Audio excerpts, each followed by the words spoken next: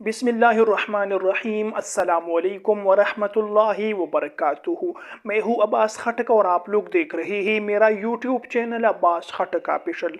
अगर आप लोगों ने शादी की है, आप लोग शादीशुदा है, कई साल गुजर चुके हैं, 2 साल, 3 साल, 5 साल, अभी तक आपको औलाद की नेमत नहीं मिली है, अभी तक आपके यहाँ औलाद की पैदाइश नहीं हुई है, न बेटा है न बेटी है, आप लोगों ने इलाज किया है लेकिन फिर भी फायदा नहीं मिल रहा। मुअज़्ज़ज़ भाइयों और दोस्तों, आज की इस वीडियो में आप लोगों को दो ऐसे आमाल बता रहा हूँ, इसको आप लोग रोज़ाना पाबंदी के साथ करना शुरू करें। उसके साथ जो तरीक़े हैं, जो औलाद की नेमत के हुसूल के जो तरीक़े हैं, उन तरीक़ों को भी आप लोग जारी रखिएगा। और ये जो वजीफ़ा है, ये जो अमल है, ये जो तरीक़ा है, इस तरीक़े को भी आप लोगों ने आज से शुरू करना है। हर नमाज के बाद ये वजीफ़ा पढ़ते रहना है। इंशाअल्लाह चंद महीनों के बाद आपको खुशखबरी मिलेगी, अल्लाह तबारक व तआला आपको औलाद की नेमत अता फरमाएगा। आप लोगों ने क्या करना है, वजीफ़ा क्या है, वजीफ़ा पढ़ने का तरीक़ा क्या है, आपको मुकम्मल तफसीलात देने जा रहा हूँ। लेकिन उससे पहले आप लोगों से एक गुजारिश कर लेता हूँ, अगर आप लोग पहली मर्तबा मेरे चैनल पर आए हैं तो चैनल को ज़रूर सब्सक्राइब कीजिएगा। वीडियो पसंद आए तो वीडियो को एक छोटी सी लाइक भी ज़रूर दीजिएगा। जज़ाकुमुल्लाह। मोहतरम भाइयों और दोस्तों, आप लोगों को जो वजीफ़ा बता रहा हूँ, कुरान पाक की एक आयत मुबारका है। सबसे पहले आप लोग उस आयत मुबारका को सुन लीजिएगा। कुरान पाक में सूरह नूह में हज़रत नूह अलैहिस्सलाम ने अपनी कौम को फरमाया, फ़क़ुल्तुस्तग़फ़िरू रब्बकुम इन्नहु काना गफ़्फ़ारा युरसिलिस समाअ अलैकुम मिदरारा व युमदिदुकुम बिअमवालिन व बनीन। हज़रत नूह अलैहिस्सलाम ने अपनी कौम को फरमाया, ए मेरी कौम, इस्तिग़फ़ार पढ़ना शुरू करो। अल्लाह तबारक व तआला आपके गुनाहों को, आपकी नाफरमानियों को, आपके ख़ताओं को माफ़ फरमा देगा। उसके बाद हज़रत नूह अलैहिस्सलाम ने फरमाया कि इस्तिग़फ़ार पढ़ा करो, अल्लाह तबारक व तआला तुम पर बारिश बरसा देगा। उसके बाद फरमाया कि इस्तिग़फ़ार की बरकत से अल्लाह ताला तुमको मालो दौलत भी देगा और औलाद भी अता फरमाएगा।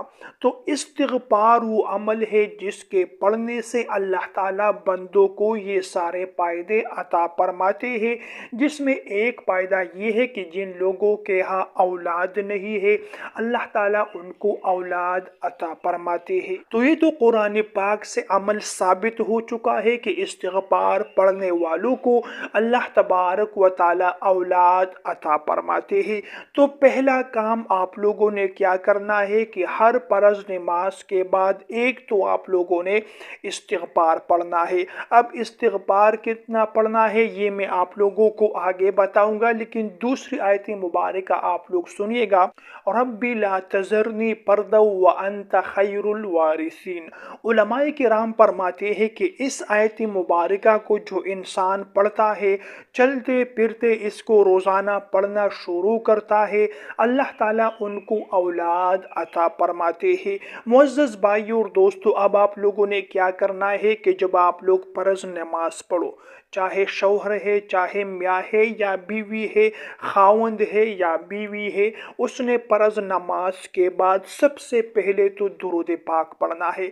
दुरूद पाक कौन सा? आप लोगों ने दुरूद इब्राहिमी पढ़ना है। आइए मिलकर एक मरतबा दुरूद इब्राहिमी पढ़ते हैं। अल्लाहुम्मा सल्लि अला मुहम्मद व अला आलि मुहम्मद कमा सल्लैता अला इब्राहीम व अला आलि इब्राहीम इन्नका हमीदुम मजीद। अल्लाहुम्मा बारिक अला मुहम्मद व अला आलि मुहम्मद कमा बारकता अला इब्राहीम व अला आलि इब्राहीम इन्नका हमीदुम मजीद। तो आप लोगों ने इब्तिदा में 3 मरतबा दुरूद इब्राहिमी पढ़ना है।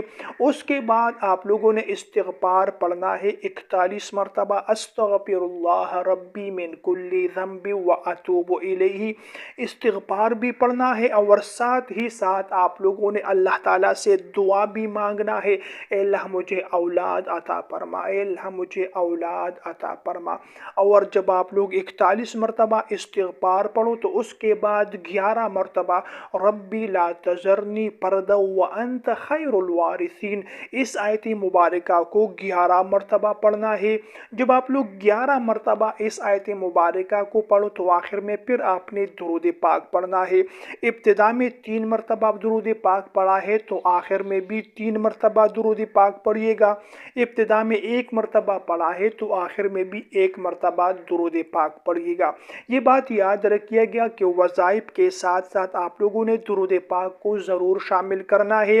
اللہ تبارک و تعالی اپنے پیارے حبیب کے صدقے آپ کی دعائیں انشاءاللہ ضرور قبول فرمائیں گے۔ تو یہ تو آپ کا وظیفہ ہے کہ ہر فرض نماز کے بعد آپ نے یہ طریقہ اپنانا ہے۔ جب آپ لوگوں کا وظیفہ مکمل ہو جائے اس کے بعد آپ لوگوں نے پورے اخلاص کے ساتھ، پورے توجہ کے ساتھ اور اللہ تعالیٰ کی ذات پر مکمل یقین رکھتے ہوئے اللہ تعالیٰ سے دعا مانگنی ہے، اے اللہ مجھے اولاد عطا فرما۔ ایک بات آپ لوگ یہ ذہن میں رکھیے گا کہ ہمیشہ اللہ تعالیٰ سے جب آپ لوگ اپنے لیے اولاد مانگو تو نیک اور صالح اولاد مانگو، کیونکہ ایسے بہت سے لوگ میں نے دیکھے ہیں جن کے ہاں اولاد ہوتی ہے، ان کے بیٹے بڑے ہو جاتے ہیں لیکن اتنے نافرمان ہوتے ہیں، اتنے شرپسند ہوتے ہیں کہ معاشرے میں لوگ پھر اس کے برائی بیان کرتے رہتے ہیں۔ تو آپ لوگوں نے دعا مانگنی ہے، اے اللہ نیک اولاد عطا فرما، اے اللہ صالح اولاد عطا فرما، اے اللہ فرما بردار اولاد عطا فرما، کیونکہ جن کے اولاد نیک ہوتے ہیں، صالح ہوتے ہیں، وہ ماں باپ کا سایہ بن جاتے ہیں، وہ ماں باپ کی خدمت کرتے ہیں، ماں باپ کی ضروریات کو پوری کر دیتے ہیں۔ تو آپ لوگوں نے یہ دعا ضرور مانگنی ہے کہ اللہ ہمیں نیک اور صالح اولاد عطا فرما۔ آپ لوگوں نے یہ وظیفہ بھی جاری رکھنا ہے۔ اس کے ساتھ ساتھ اگر آپ لوگ ڈاکٹر کے پاس جاتے ہو، وہ آپ لوگوں کو دوائی دیتے ہیں، ان دوائی کا استعمال بھی آپ لوگ جاری رکھیے گا، کیونکہ وہ دنیاوی اسباب ہے، یہ روحانی اسباب ہے۔ تو آپ نے دونوں طریقوں سے اپنے آپ کو جو ہے اس قابل بنا دینا ہے کہ اللہ تعالیٰ آپ کو نیک اور صالح اولاد عطا فرمائے۔ انشاءاللہ بہت جلد آپ کو خوشخبری ملے گی۔ محترم بھائیوں اور دوستوں، یہ تھی میری ویڈیو۔ اگر ویڈیو پسند آئی تو لائک اور شیئر کرنا بالکل بھی مت بھولیے گا۔ مزید ویڈیوز دیکھنے کے لیے چینل کو ضرور سبسکرائب کیجیے گا۔ اگلی ویڈیو تک کے لیے اجازت چاہتا ہوں۔ اللہ نگہبان۔